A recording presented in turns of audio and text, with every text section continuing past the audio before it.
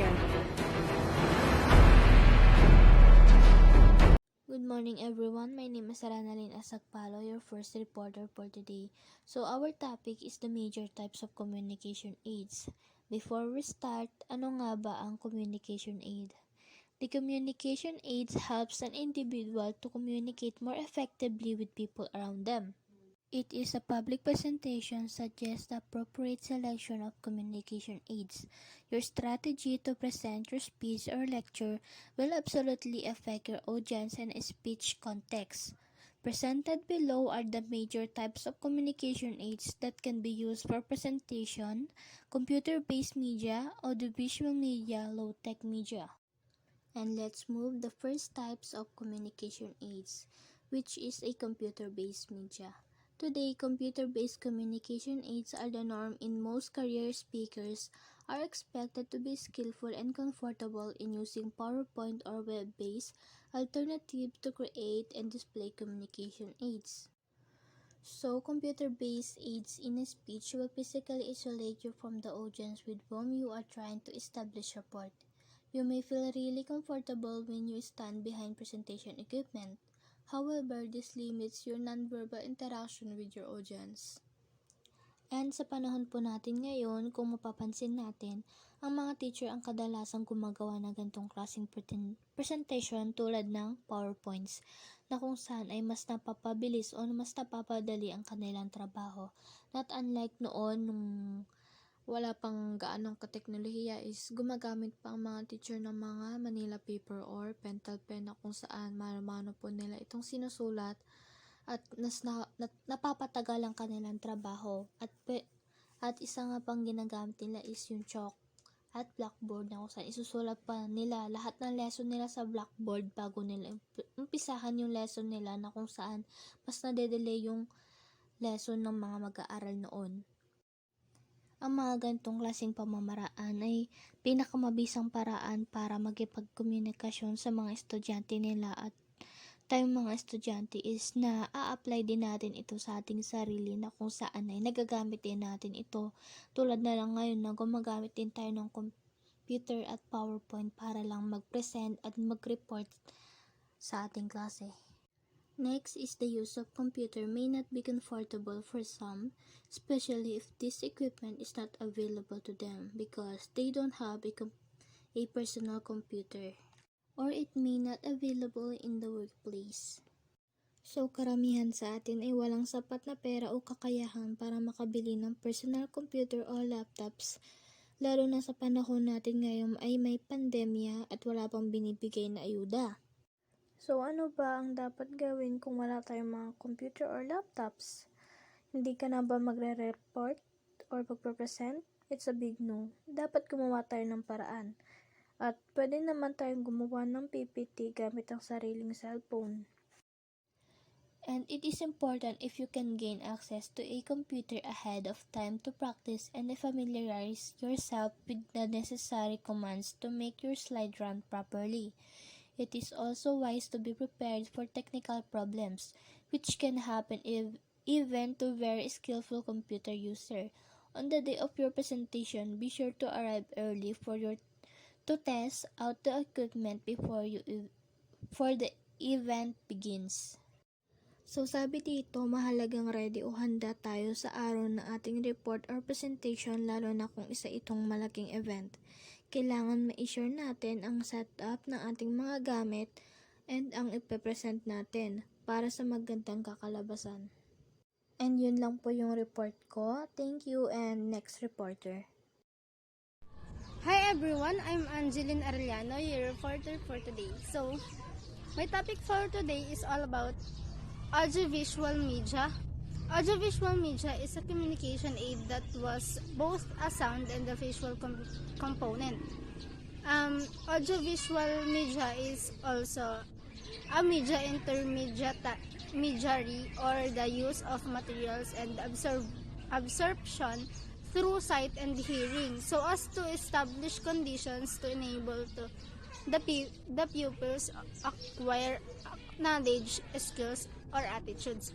So, sinasabi dito sa audiovisual aids or media is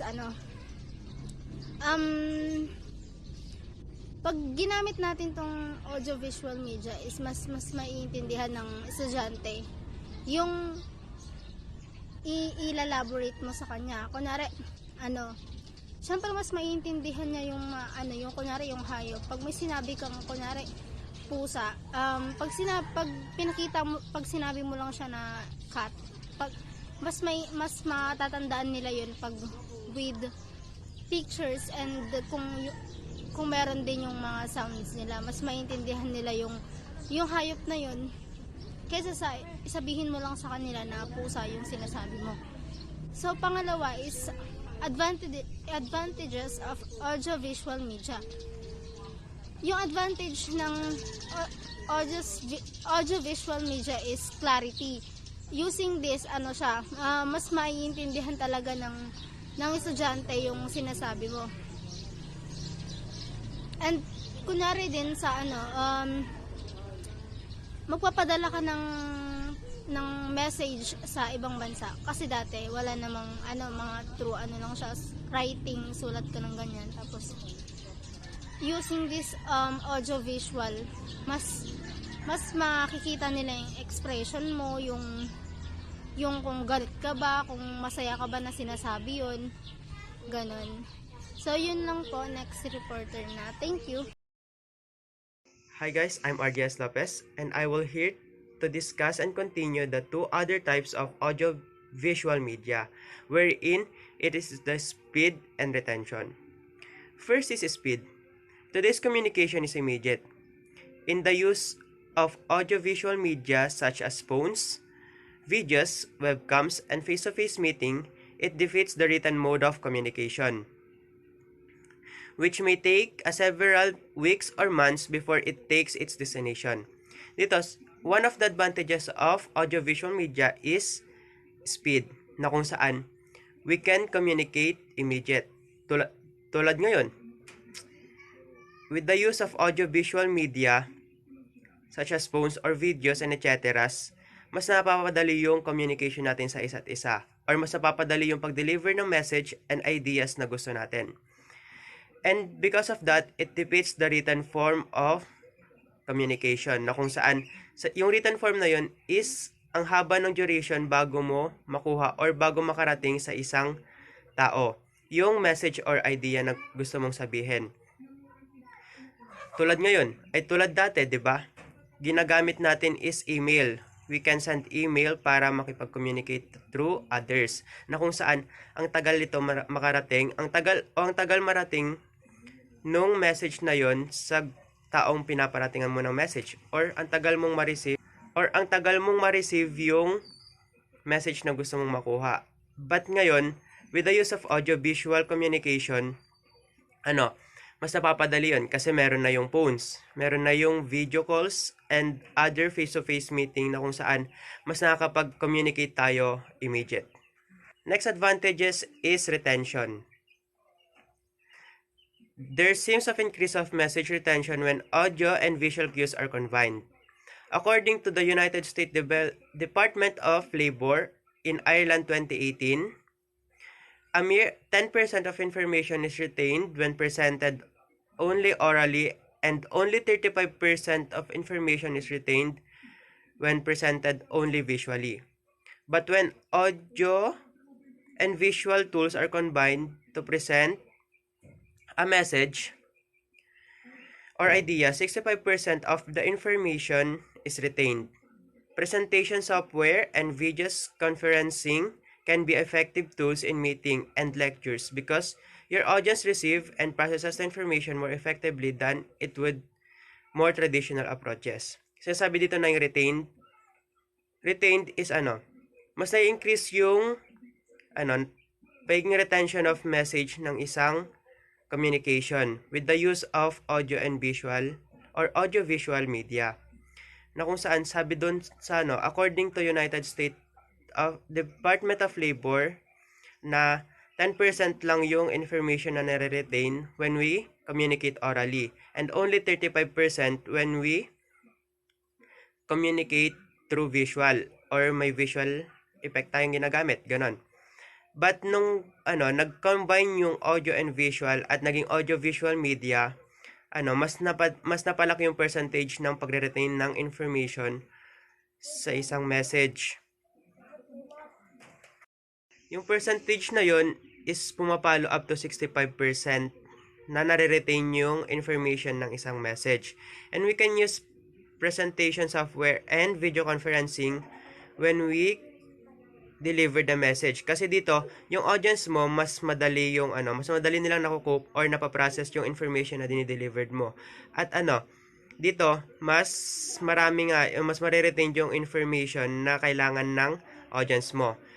'Di ba nga when we communicate orally, mas mas mapalabok yung nasasabi mo or mas marami kang naidadagdag na information na kung saan nawawala yung information na gusto mong iparating sa isang audience mo. But with the use of audiovisual media, mas nare-retain kasi andun na yung information ayun lang yung sasabihin mo. Kung ano yung nakasulat or ano yung parang papaliwanag mo lang konti at mas makukup na nila or maintindihan na nila yung message or information na gusto mong iparating sa kanila. Yon. And yun lang mo po ang yung part ko. And next reporter na. Thank you. I'm Rosa Naganan, and I will continue discussing about the advantages of audiovisual media. Last is D.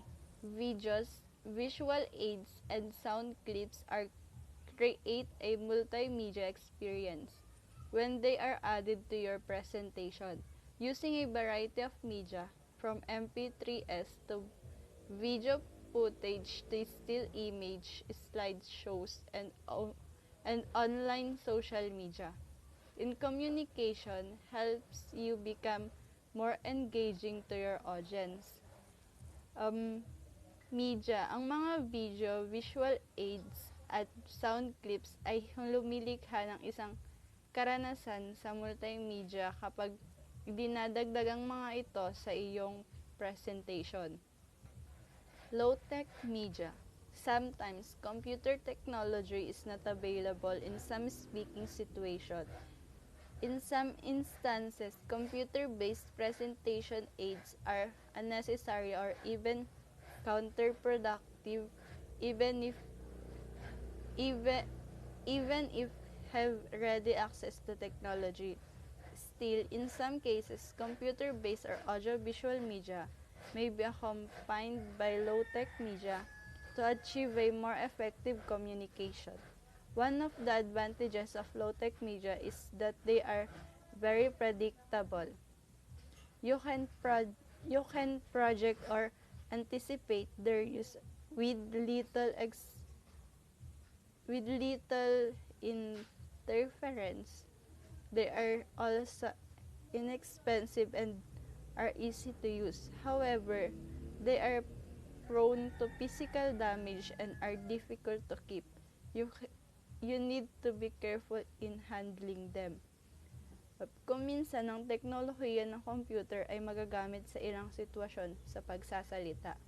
Ilan sa mga kaso ng nakabatay sa computer o audiovisual media, maaaring may kasamang low-tech media upang makamit ang mas mabisang komunikasyon. I'm Jason Vincent Agustin from the Ed1G, and I'm going to report about examples of low-tech media.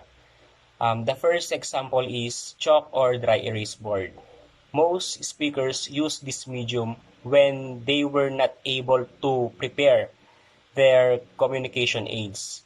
Failure to prepare a presentation aid during a talk gives the audience a negative impression towards you. Example, you are the speaker.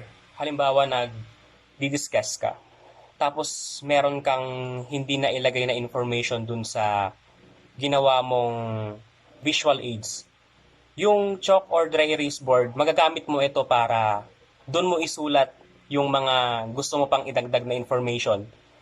Tapos, dito, pwede mo ring maipaliwanag ng mabuti sa mga nakikinig kung ano yung gusto mo talagang ipaliwanag sa kanila. And sobrang laki ng tulong ng chalk or dry erase board kasi lahat ng mga dinidiscuss mo na ipinaparating mo sa mga nakikinig sa'yo, pwede rin nilang kopyahin yung mga isinulat mo doon para mas lalo pa nilang maintindihan yung mga gusto mong iparating sa kanila. Tapos, dahil dito sa chalk or dry erase board, pwede mo ring ilagay doon yung mga concern ng mga tagapakinig mo para mas maliwanagan sila sa mga sinasabi mo.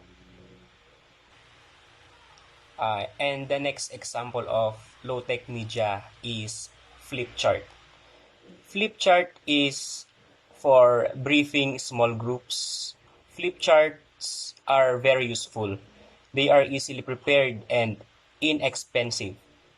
The tip markers and graphics materials are readily available and with the modest ability of the presenter, it can decompose the desired material.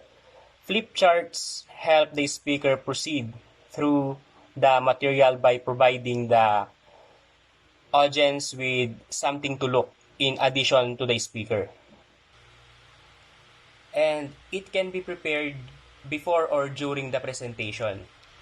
Can be used to record audiences' questions and comments, and can be converted to slides. However, flip charts may require the use of graphics talent. They are not suitable for use in a large audience setting and may be difficult to transport. Yung flip chart naman is para din siyang chalk or dry erase board. Sa flip chart, ito yung malaking pad na ginagamit para mag-present. Example ko na lang dito is halimbawa nagdi-discuss ka tapos may mga hindi naintindihan yung mga tagapakinig mo. Pwede mong isulat din dito yung mga information na gusto mo pang iparating sa kanila. Tapos sa flip chart, pwede mo ring isulat doon yung mga reaction or yung mga questions ng mga tagapakinig mo para maidagdag mo doon sa slides na gagawin mo. And sobrang effective din ng paggamit ng flip charts para mas lalo nilang maintindihan kung ano yung mga gusto mo pang ituro sa kanila. And yun lang yung part ko sa examples of low-tech media. Thank you. Hi, my name is Shara Nabelia from BEd 1G, and our topic for today is about the examples of low-tech media. The first one was foam board or poster board. And what is a foam board? Foam board consists of thin sheet of styrofoam with heavy paper bounded to both surfaces. And what is a foam board used for? A foam board is a material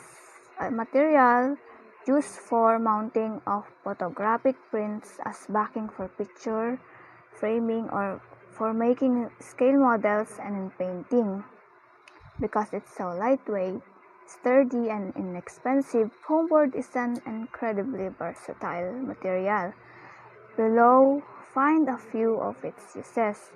In schools and exhibitions, printing on foam boards allows schools and companies to leave a lasting impression on the audience. Pop-up displays, commonly used by businesses in point of sale, advertising, and in school projects and exhibitions, are excellent examples of foam board printing.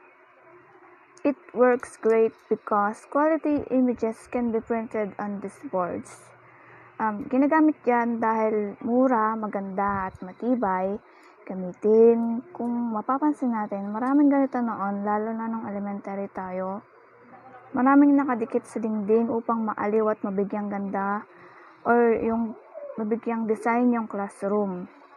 Ito ay isa sa mga mabisang paraan upang makagawa ng mga magagandang likha tulad ng mga poster or poster printer sa loob at sa labas ng paaralan. Second example is handouts.